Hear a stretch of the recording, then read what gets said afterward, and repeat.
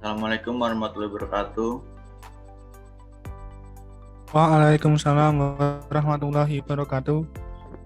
Saya dari perwakilan kelompok 80 di sini ingin membuka proses praktikum pemrograman komputer yang beranggotakan saya Alvin Felicity dengan NIM D600 2057. Saya Fauzan Jumlah dengan NIM D600-197. Selanjutnya, ada pun materi presentasi yang akan kita presentasikan, yaitu yang pertama Python dasar, kedua Python GUI dengan VSet 2, ketiga web statis dengan Django, keempat web dinamis dengan Django. Pada materi 1 dan 2 akan dijelaskan oleh Fauzan Jumlah. Materi 1 yaitu Python dasar. Tujuan praktikum modul 1 ini yaitu yang pertama, mampu memahami kelebihan dan kekurangan bahasa pemrograman Python.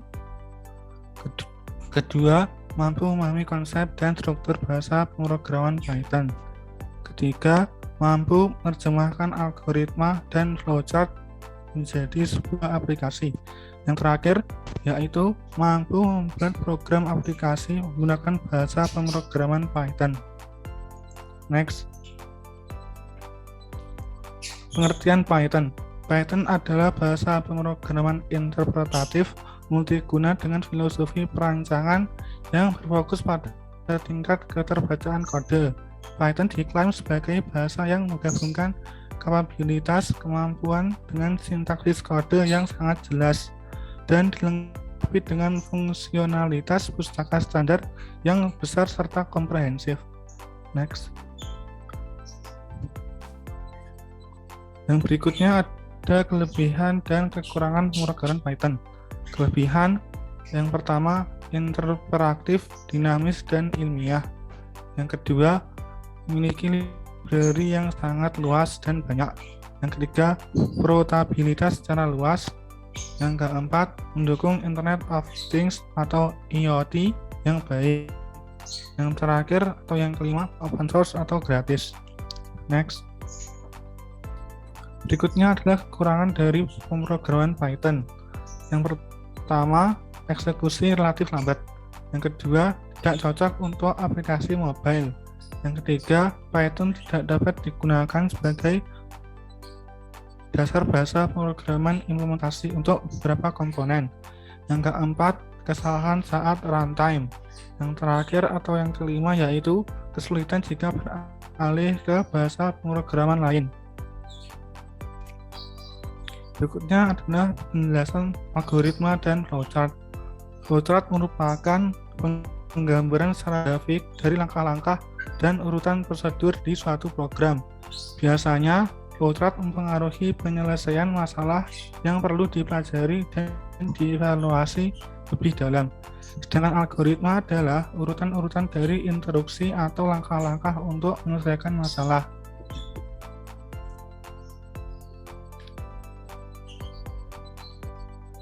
Penjelasan skrip.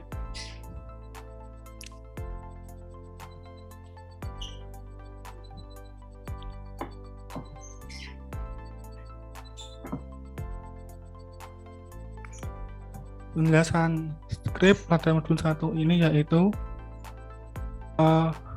maju hardware, Plaza Matahari lantai 2, Jalan Pahlawan nomor 3840 Pagungan Kota Madiun. Tersebut digunakan pada jendela awal saat program di run. Adapun dev get login halaman login master, hal tersebut untuk menginputkan agar program dapat berjalan menuju step selanjutnya.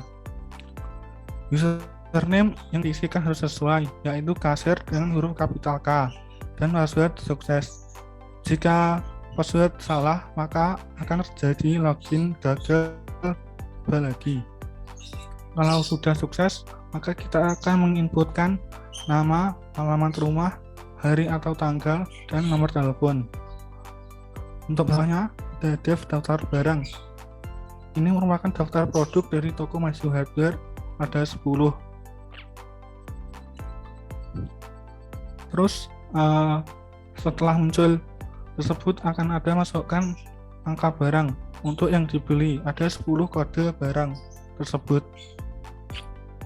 Jika kita salah inputkan kodenya, akan terjadi kesalahan.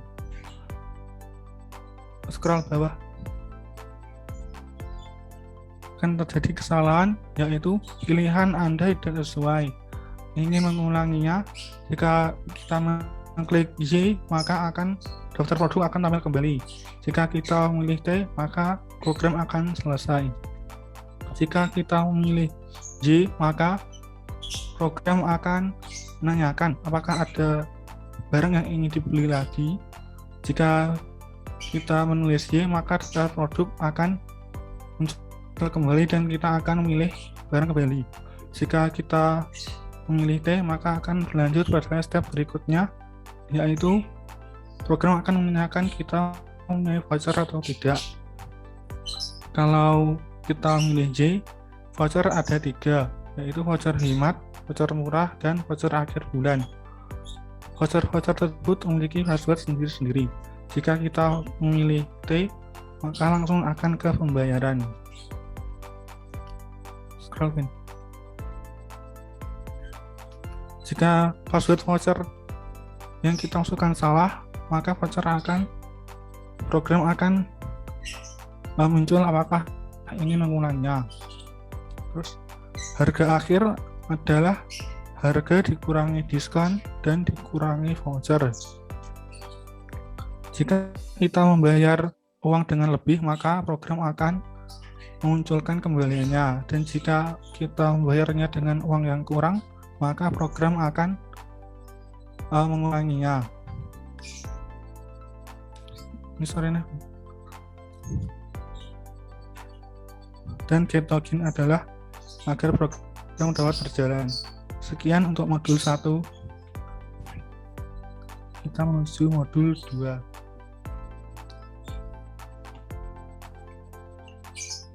Modul 2 yaitu Python GUI dengan PySet 2.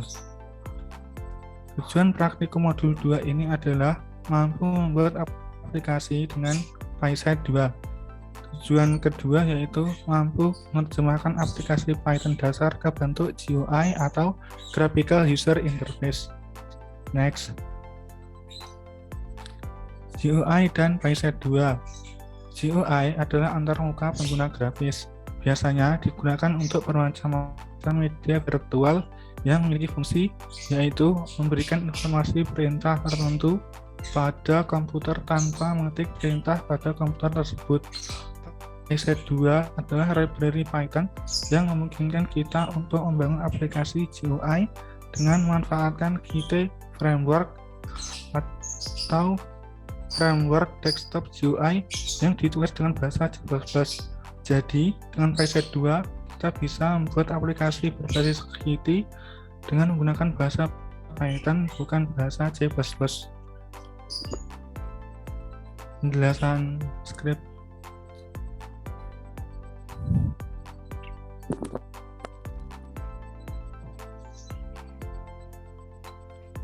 Pertama ada import SJS. Import SJS digunakan untuk memanggil program yang dibuat dengan modul SJS. Yang berikutnya ada from PySet 2 Qt GUI import, yaitu untuk mengimport Qt GUI dari PySet 2. Yang berikutnya ada from PySet 2 Qt Core import, yaitu untuk mengimport Qt Core dari PySet 2. Yang berikutnya ada from PySet 2 Qt Widgets import, yaitu untuk mengimport Qt Widget dari PySet 2. Berikutnya ada kelas menu key main window, yaitu digunakan untuk memunculkan jendela awal pada program yang terdapat judul program yaitu halaman utama, dan icon gambarnya yaitu gambar, dan background programnya yaitu oranye, serta ukuran program yang akan tampil yaitu 600 dibanding 400. Berikutnya ada dev menu 2 self, digunakan untuk memunculkan judul yang ada dalam program, yaitu ada judulnya adalah maju hardware, dengan warna yaitu navy, fontnya Arial ukuran 10, dengan posisi judul yaitu 20,40. Berikutnya, main menu sama dengan self menu bar, digunakan sebagai menu bar pada program. Pada program terdapat dua menu bar, yaitu file dan account. Pada file terdapat logout dan exit. Jika memilih logout, maka program akan keluar menuju program sebelumnya, yaitu login. Jika kita memilih exit, maka program akan hilang. Di dalam account terdapat data dan perhitungan. Scroll bawah nih. Di dalam data terdapat data karyawan dan daftar produk, sedangkan di account ada pendapatan dan pengeluaran. Scroll.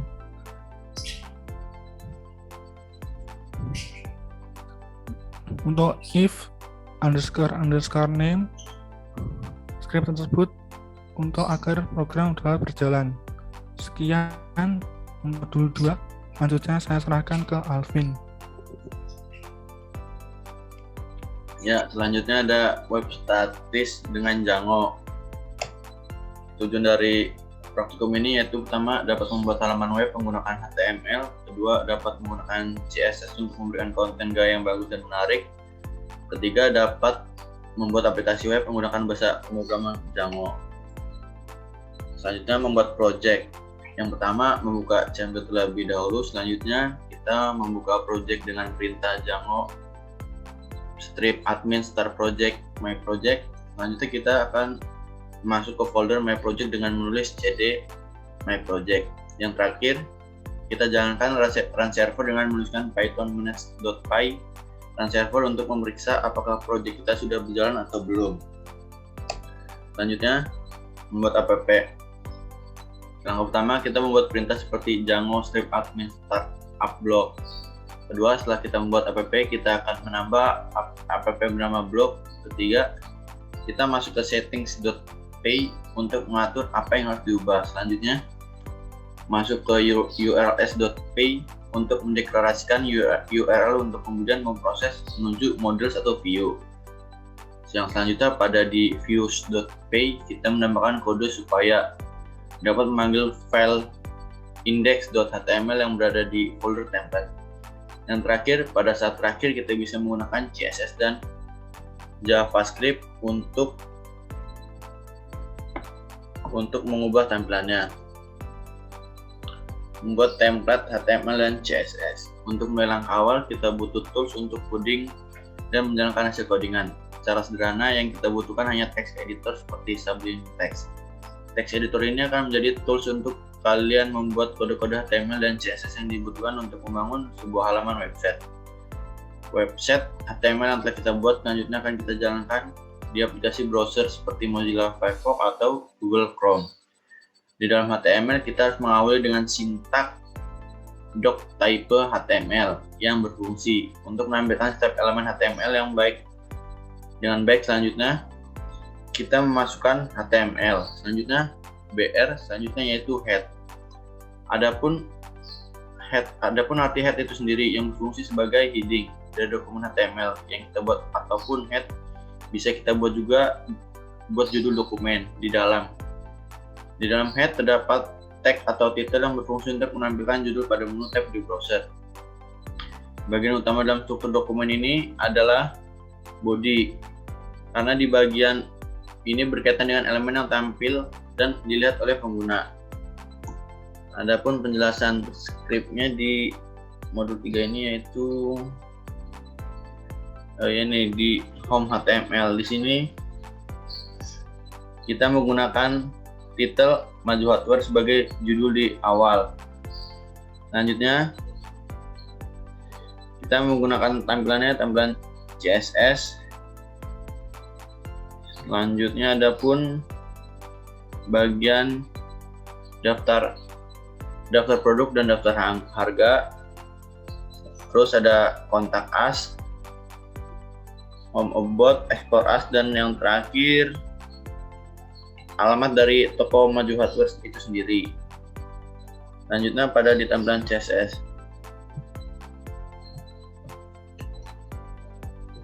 Pada di tampilan CSS ini kita bisa mengatur seperti background, terus seperti ukuran margin, padding, RGBA, serta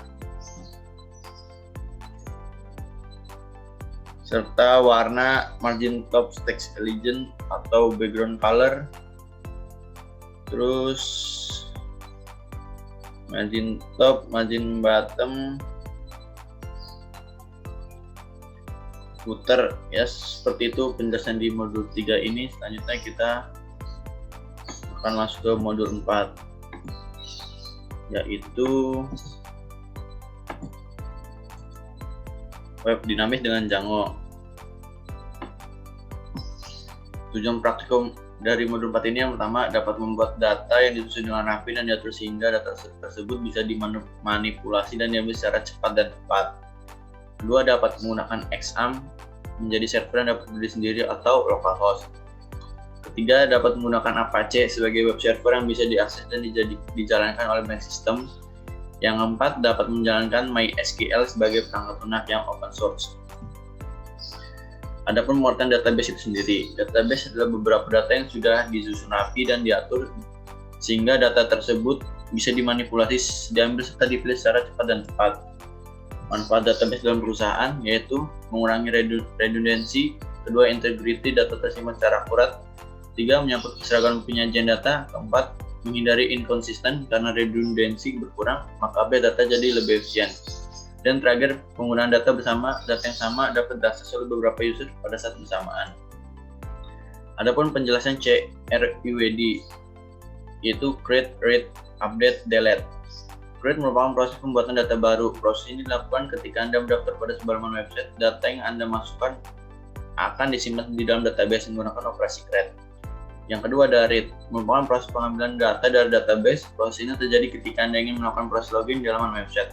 Saat Anda klik login, maka website akan menjalankan proses read untuk melakukan verifikasi akun yang Anda gunakan. Yang ketiga ada update, adalah proses mengubah data yang berada di dalam database. Yang terakhir ada delete, adalah proses untuk menghapus data yang ada di database. Proses ini mirip dengan update, bedanya proses delete akan mengubah data yang ada di database menjadi tidak ada. Selanjutnya ada manfaat website di perusahaan. Yang pertama, meningkatkan kredibilitas. Kedua, menambahkan profil perusahaan.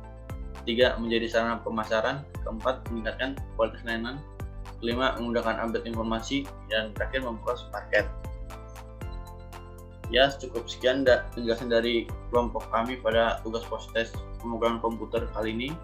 Kurang lebihnya mohon maaf. Wassalamualaikum warahmatullahi wabarakatuh.